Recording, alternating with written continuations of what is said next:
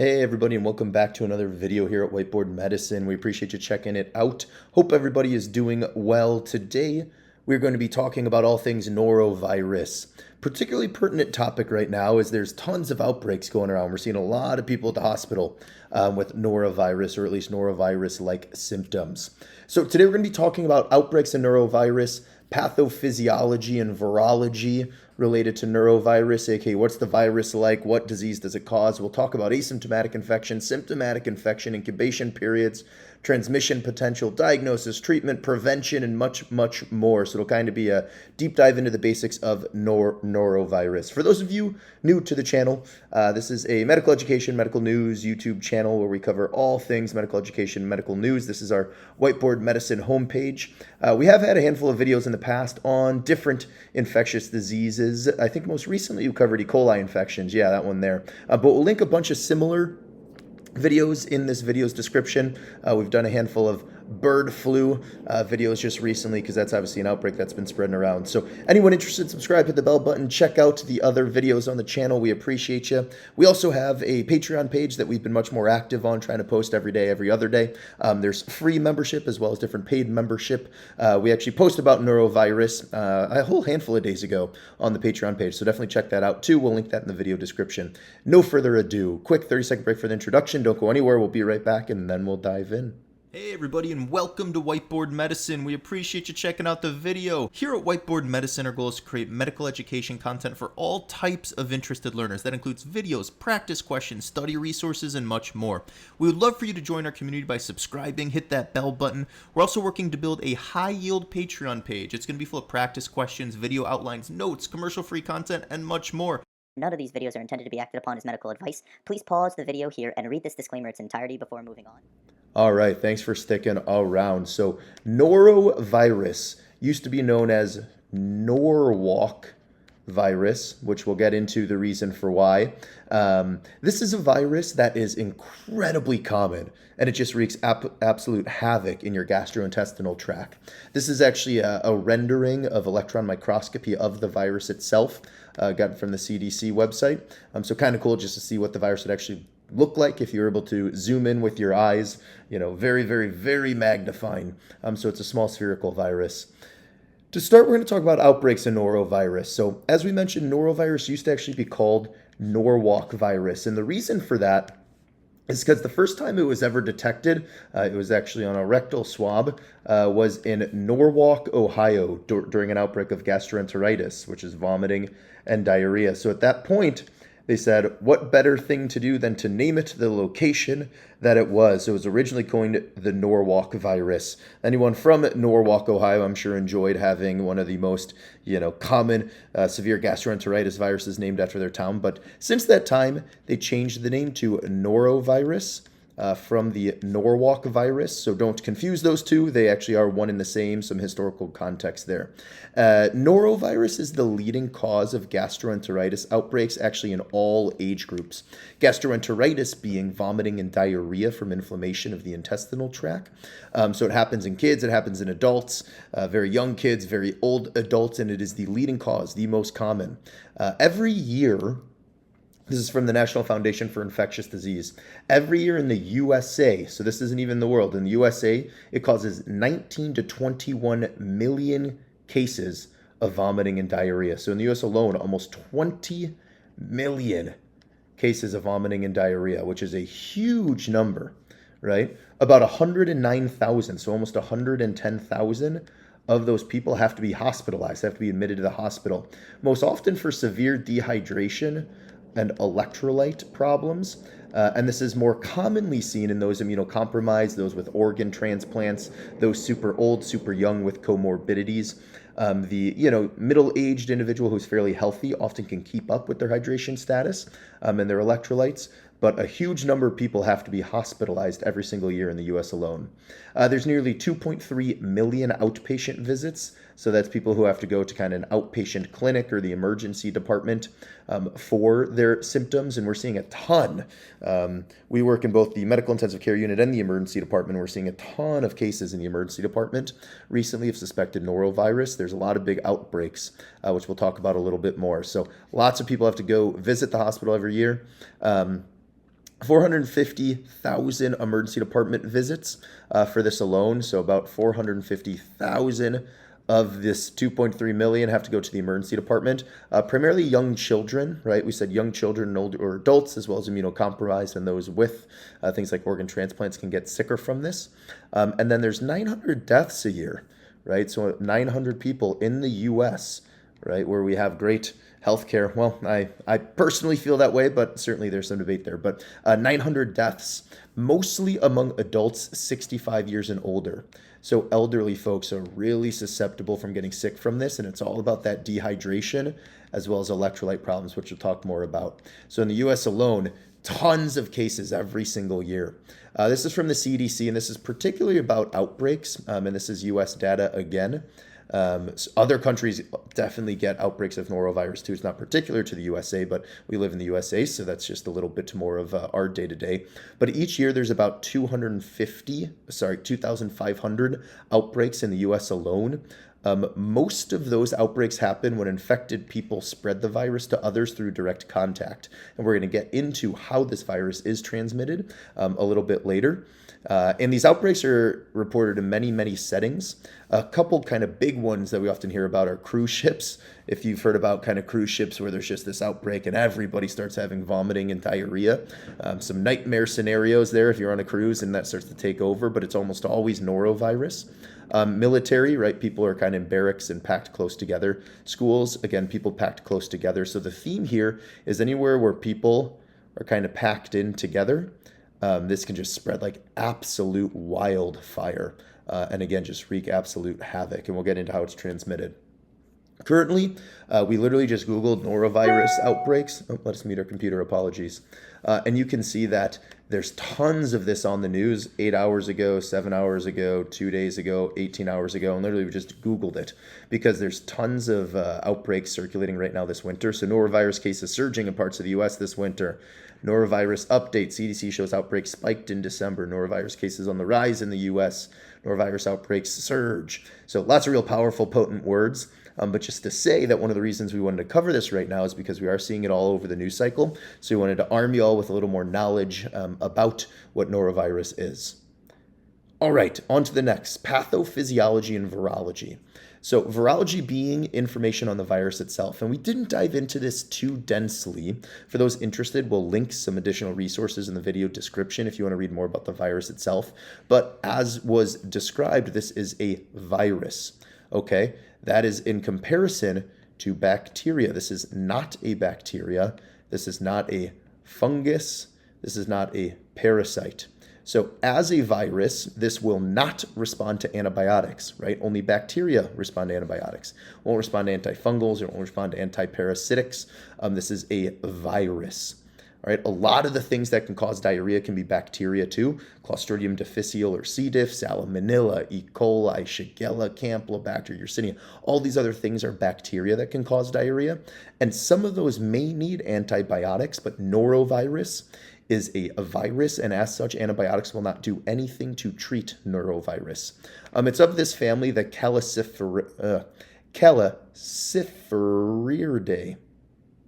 Caliciferidae. That wasn't terrible. Anyways, you can all practice that out loud and let us know if you can pronounce it better than we can. But this is the family that it is in. And it is a small, non-enveloped, which means there is no envelope around the viral membrane, single-stranded RNA, right? Because there can be double-stranded, single-stranded. There can be RNA viruses and DNA virus. So this is a small, non-enveloped, single-strand RNA virus. Something that is more interesting for those that are not virologists is this little fact here. And that's that there's actually over 40 genotypes that have been identified over the years. And the genotype is the genetic code. So another way we can think of this are variants. So one of the issues with this is once you're infected, you develop an immune response, right? That immune response theoretically can give you a degree of immunity later. But there's so many different variants of norovirus that you might be immune to one variant and can still get a different variant. They have also found that some of the variants can cause more severe disease than other variants. But it's interesting that there are a lot more than 40 different variants of norovirus that are circulating around actively. Pathophysiology, we're not going to dive in too much. What we did just want to say was, for those who know this already, this is Captain Obvious. Those that don't, it causes something called gastroenteritis. Gastroenteritis is when we get inflammation of the intestines, right? Our intestines at the end of the day are these tubes that are all kind of crumpled together, and those tubes have a cell layer on them, right? This is the intestinal lining. And if we want it to be more accurate, what it actually looks like, it has, we didn't mean to do that, but that's okay. It has all these villi, so it's kind of got all these villi, which are these small kind of outpotchings that increases the surface area of the intestines, right? And these are all covered in cells throughout the whole intestines.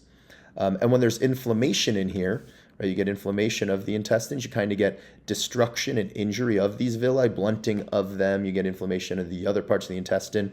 And when that happens, it can cause less absorption or more secretion of fluids in the gastrointestinal tract.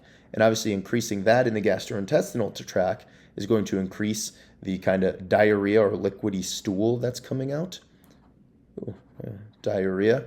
And then any irritation of the stomach or upper intestinal tract can cause the vomiting. So inflammation of that area can cause vomiting. So this is why you get the diarrhea and vomiting, because you get injury of the lining itself, so it can't absorb fluids appropriately.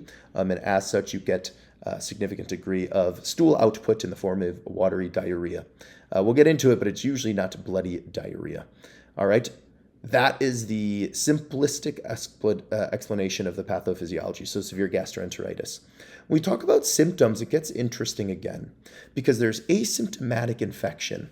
And this can be a big challenge with norovirus, because a huge percentage of people will have what we call asymptomatic infection. All that really means is that they have no symptoms, but we're still detecting norovirus in stool samples. So there's been tons of studies, both in countries with less access to dependable medical care and in countries with good access to dependable medical care. The studies that pop in our head, there was Nicaragua, Mexico, France, South Korea, and they just took stool samples from asymptomatic children. And in these studies, they detected anywhere from 10 to 50% of these kids tested positive for norovirus, even though they were asymptomatic. They had no symptoms.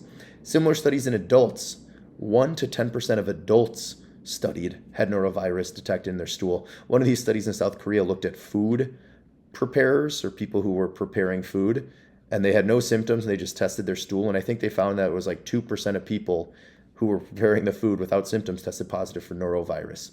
So we can understand how this can be a huge transmission issue and cause a lot of contagion, because if you don't have symptoms and you're shedding it in your stool, it's fecal to oral, the route of transmission, which we'll talk more about. But this can cause a huge issue because you don't even know to take work off or to isolate yourself because you're not having any symptom at all.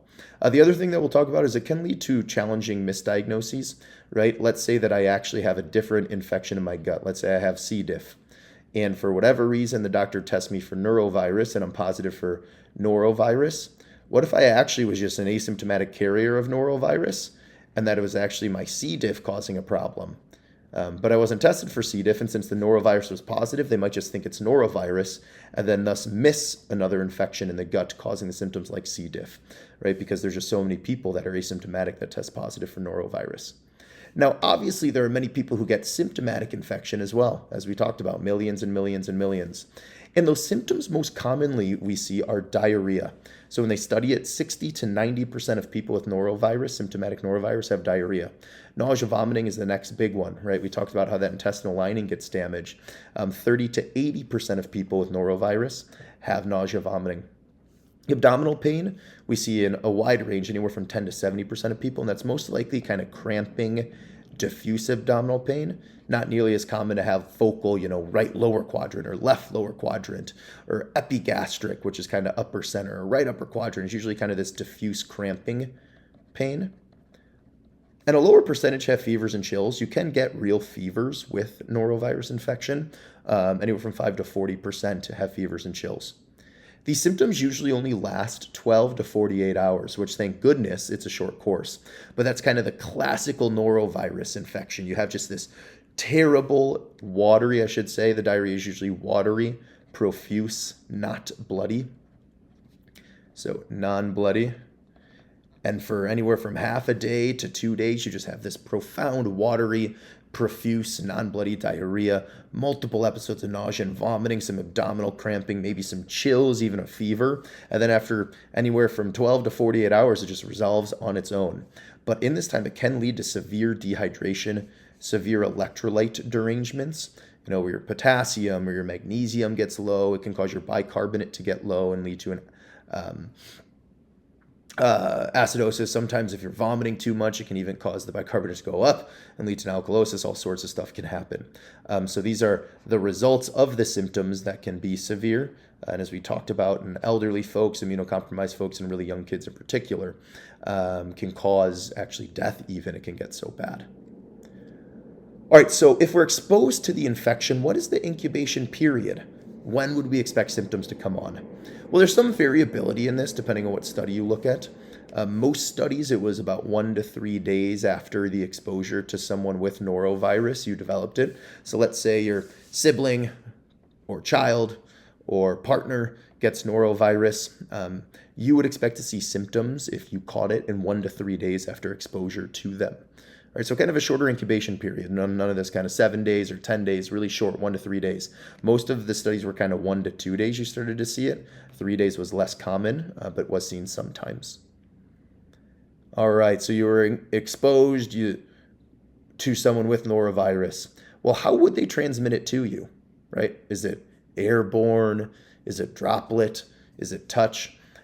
Well, it's what we call the fecal to oral route, which admittedly sounds a little grotesque, but what it literally means is if there's vomitus or poop, fecal material, with the virus in it, because you can shed billions of virus in your stool and vomiting, and it only takes a handful of the virus to get in your system to cause illness. But fecal oral means if you get any of this and you get it on your hand and your hand then touches your food and your food goes in your mouth, or goodness forbid, there's some microscopic vomitus or fecal particles on food and it gets in your mouth and you digest it, that is how it is transmitted. That is how you catch norovirus. So the big three things we worry about are food, water, and surfaces, right? You can get food direct. So let's say I have norovirus and I don't wash my hands thoroughly, and then I touch food I'm preparing and you eat it. So I contaminate that food. You can get it that way. So direct contamination. Let's say that I vomited on a surface, wiped it all off, but didn't kill all the particles, and then I put food on that surface, so it can be contaminated. We'll talk about it. Surfaces that you put the food on.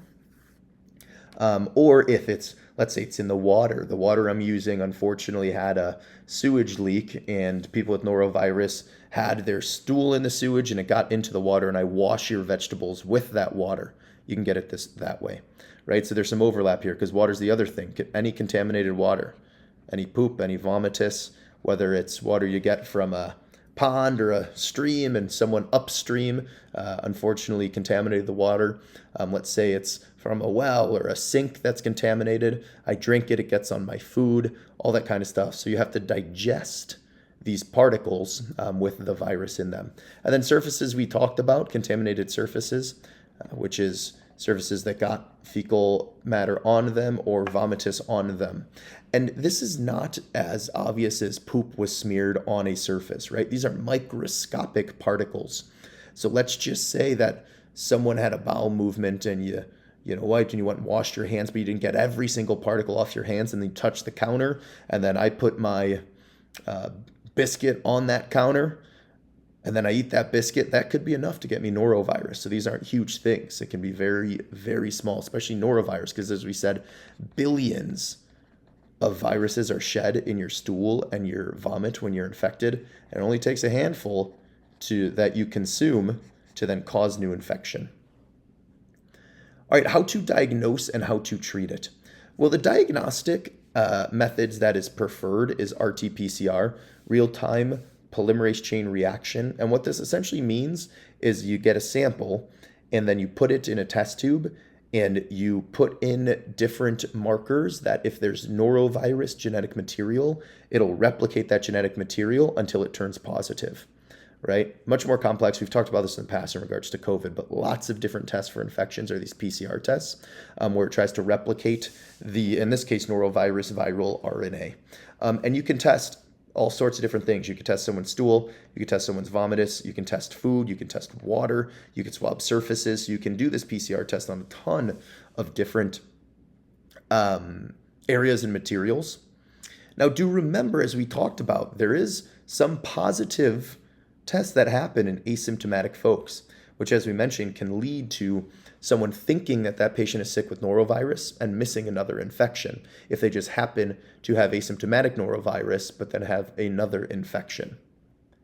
As for treatment, it's a virus, right? So antibiotics do not work for viruses. There's actually no specific treatment other than supportive care. So fluids to treat the dehydration, electrolyte repletion, right? If the organs are injured from dehydration, organ support. But there's no medication that is going to kill the virus effectively. If they're vomiting, you can give antiemetics. You know, some people talk, if there's too much diarrhea, giving antidiarrheals, although that topic's, the plot's a little thicker on that, so definitely talk to your physician about that. Now, we did see in a study, we'll link in the video description, that there's been some small studies where they've used a medicine called nitazoxanide to treat norovirus in patients who are immunocompromised or have an organ transplant or something like that. We've never seen this. We've never done this. We don't anticipate we're probably ever going to be in a situation where we would do it. So this is not common at all. This is not something that if I had norovirus, I would ask for, but it does exist out in the world, just more as an FYI to everybody. All right, last but not least, how do we prevent getting it? Because at the end of the day, preventing this is much better than trying to deal with it. A lot of it has to do with wash, wash, wash. So the biggest thing is wash your hands super thoroughly. As we said, billions of viral particles are released in vomit and stool, and it just takes a handful to get you infected. So wash your hands. One thing to note is that sanitizers are not as effective. So hand sanitizers do not work that well on norovirus, which means you really need to wash your hands with soap and really wash them. You know, do the ABCs or something rather than that 5-minute rinse. All right, wash your produce in clean water. It can get on food. Could be someone who handled the food in the factory that was packaging it. Could have been even in the soil that the food was planted in. Wash your produce really, really well. Related to that is if you're going to put food on surfaces, you need to clean your surfaces really well. The recommendation from the CDC is actually using bleach to clean the surfaces. Whether you choose to do that or not is up to you. But again, norovirus can be resistant to some cleaners. So at least make sure the cleaner that you're using does actually kill norovirus. And then cooking thoroughly, if it does get in your food, if you cook that food thoroughly, it can kill or deactivate the virus. But norovirus has to be heated to above 145 degrees Fahrenheit to become inactivated. So just steaming vegetables doesn't usually get them hot enough to inactivate something like norovirus. So if there's, norovirus in vegetables and you steam them, you still could catch it from those vegetables. But those are the 3 kind of big things to try to prevent this from happening and prevent yourself from getting norovirus. All right, hopefully that was informative. Let us know what thoughts, comments, questions you have down below. If you find this interesting, subscribe, hit the bell button. Definitely check out the other videos. Check out our Patreon page. We appreciate y'all. Stay well, keep learning. We'll see you next time.